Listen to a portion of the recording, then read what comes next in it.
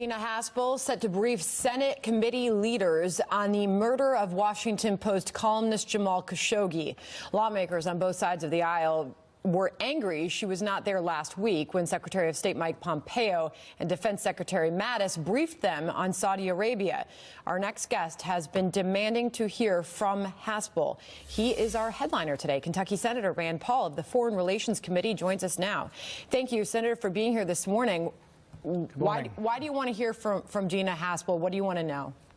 Well, you know, to my mind, this is the very definition of the deep state. The deep state is that the intelligence agencies do things, conclude things, make conclusions, but then the elected officials are prevented from knowing about this. So if we aren't told about this, if I'm not allowed to know about these conclusions, then I can't have oversight. And so then the state grows, the intelligence, the deep state grows and has more and more power. So I've read in the media that the CIA has said with high confidence that the Crown Prince was involved with killing Khashoggi. I have not seen that intelligence, nor have I even seen the conclusions. And today there's yet another briefing, and I'm being excluded from that. So really, this is the deep state at work, that your representatives don't know what is going on in the intelligence agencies. Senator, do you trust James Mattis? Senator, can you hear us? Well, that's unfortunate.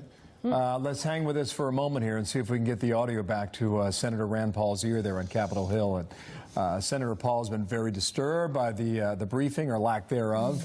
James Mattis said over the weekend at the Reagan Defense Forum in California when Brett was interviewing that there is no smoking gun, which was the same thing Mike Pompeo said last week as well on the... So this highly anticipated briefing is expected to take place at the top of the 11 a.m. hour, again, on the murder of the Washington Post columnist Khashoggi. So as you just heard from Rand Paul there, frustration with the transfer of information. Unfortunately, we lost his shot. We'll try to get him back, but that doesn't always happen. He was mentioning the deep state there, and right before he came on the air with us, he sent a tweet out, and here's what the tweet said from Senator Rand Paul. He says, "You want to know what the deep state is? The CIA director is coming to the U.S. Senate, only briefing a select few members of the Senate. Why should not every senator know what's going on? The deep state wants to keep everyone in the dark. This is just ridiculous." So Gina Haspel will be there. I believe 8 senators will be there, present there for that briefing today.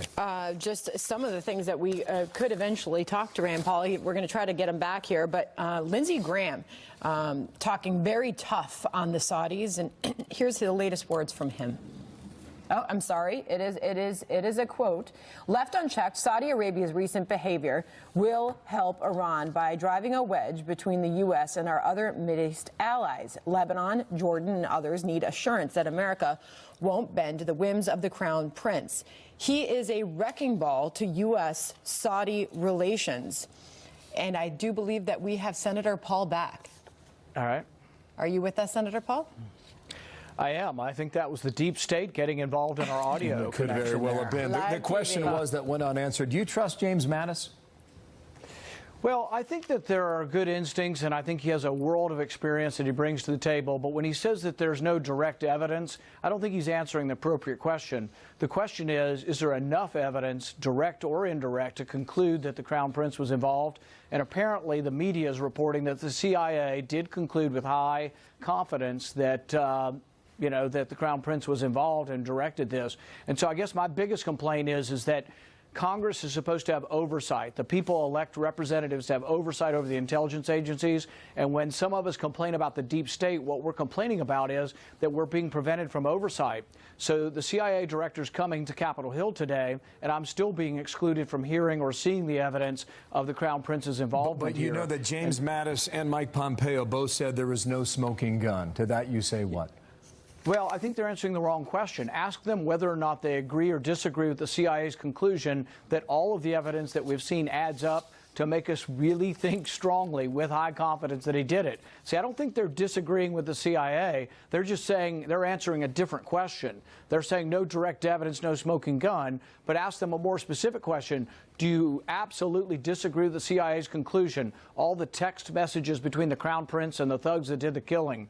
The Crown Prince's brother apparently talked to Khashoggi to try to convince him that he would be safe. So there's all of this evidence pointing towards the Crown Prince. The CIA concludes with high confidence. Of course, they're not letting us see that. And then I don't know how we can say that Mattis, I mean, they really need to be asked that question. So, do they disagree with the CIA's conclusions? So before we move on, Senator, what do you expect to happen here at the top of the next hour when this briefing takes place? I suspect they're trying to trade this briefing with a few people to try to get them to vote against the resolution next week. We have a privilege motion that'll be on the floor. 63 of us voted to get onto this privilege motion, which is a motion that says the president has to discontinue his support for Saudi Arabia's war in Yemen. And so this is a big deal, but I think they're giving the briefing in hopes of trying to get some people to change their vote. I think they may suspect I won't change my vote, which is true, but that doesn't mean that I, as an elected official representing an entire state, should not be granted the same privilege as every other senator to see this information. Let's see how far you get. In the meantime, we got some other